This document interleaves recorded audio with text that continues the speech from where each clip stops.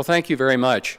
As Chancellor Coombs said, this represents the fifth in a series of studies, strategic studies of issues in Colorado. I would like to begin by underscoring the Chancellor's thanks to the members of the panel, many of whom are here today. This process began over a year ago. It began in August of 2010. For 6 months, the panel met every other week for 4.5 hours and did nothing but listen. The panel received 34 presentations from public officials, from academicians, from technical experts. The process began with the then Governor Bill Ritter addressing the panel. We had almost every cabinet member, and then we reached beyond Colorado and brought in experts from around the nation. After listening to people describe the problems for a full 6 months, I think the panel's view could best be described as severely depressed. The problems presented appear to be almost intractable. Not just in Colorado, certainly in Colorado, but really nationwide, and we're seeing that today. As the panel began to discuss this matter after listening for 6 months, they said, we are really in a frozen position. Government is stymied. We're having a debate that doesn't seem to be getting us anywhere. So let's step back and ask ourselves some fundamental questions about the purpose of government, what it should be doing. And it was that ability to step back and to look at government in some new ways that provided the foundation for this report. At its most basic, the report says that we need to think about government in a different way. Instead of thinking about the institution of government and the billions of dollars that we need to raise or need to cut, we need to think about it from the point of view of the citizen. We need to think about it from the point of view of creating value for citizens. And we need to have means of expressing the value that government does create.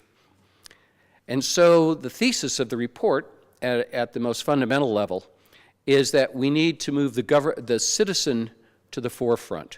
We need to focus on citizen value and look at what government does through the eyes of the citizen. So the report makes some recommendations relative to ways to provide information to citizens that allow them to make judgments about value. But the report goes further. It says there are some other principles we need to think about. We need to think about providing information and value. We need to think about fiscal structure, and we recommend some significant changes to fiscal structure. But we need to think also about how do we make government more effective. And the way to do that is, the panel concluded there were several approaches. One was competition, and that is government can enjoy the same benefits that we as citizens enjoy from competition, and that is greater innovation, greater effectiveness. And so the panel has suggested a number of ways in which government can improve its operations by introducing a greater competitive framework. The second and important idea is the idea of using markets to allocate resources. This has profound implications for the way government services are delivered.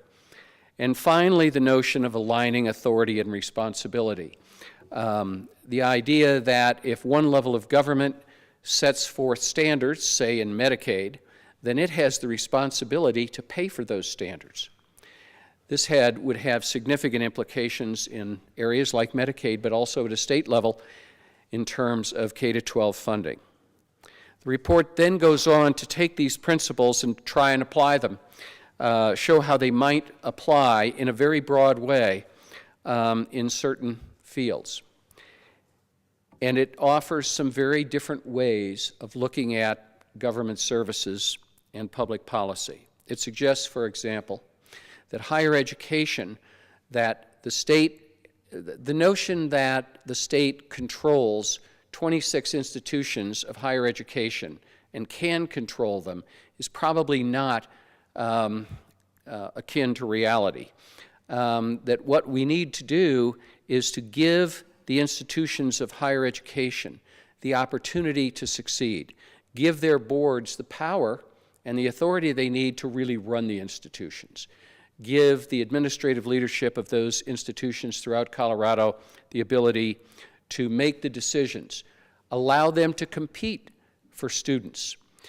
We've suggested that the government should fund individuals rather than institutions. In other words, we should provide stipends to Colorado students, but let the students choose where to use those stipends. And let the institutions of higher education prosper or not based upon their ability to create value in the eyes of the student, not in the eyes of the bureaucracy. We've suggested similar recommendations for K-12 education. We've looked at the Department of Transportation. The question is, how do we let citizens know of the value that is being in fact built by the Department of Transportation, rather than talking only about the hundreds and hundreds of millions of dollars that we need through higher taxes or whatnot. The panel looked carefully at some constitutional matters. The panel looked at Amendment 23, which requires funding of K-12 education irrespective of economic conditions. The panel's view, I think, was that the need to fund K-12 education is vital, but that the mechanism of Amendment 23 is probably not the right way to do it. And so the panel has recommended that Amendment 23 be repealed, and that other mechanisms, which are described in the report, which we feel would better support K-12 be put in place. And finally, with respect to Tabor, the panel, I think, fairly strongly supported the idea that citizens should have the right to vote on new taxes, but that the mechanistic requirements in Tabor that limit revenues, again, irrespective of economic conditions, make the state's fiscal structure more frail and remove from elected officials the ability to make the decisions that they're charged to make. So the report tries to look at government with fresh eyes. The purpose is to spur, we hope, thoughtful public discussion of these new ideas. The report does not offer any easy answers. It doesn't offer any instant solutions, but it does suggest some roads that the government in Colorado and other state governments may wish to consider to break loose of this intractable system that we find ourselves in. It is clear that state and federal and local governments need to get past the gridlock in which we find ourselves.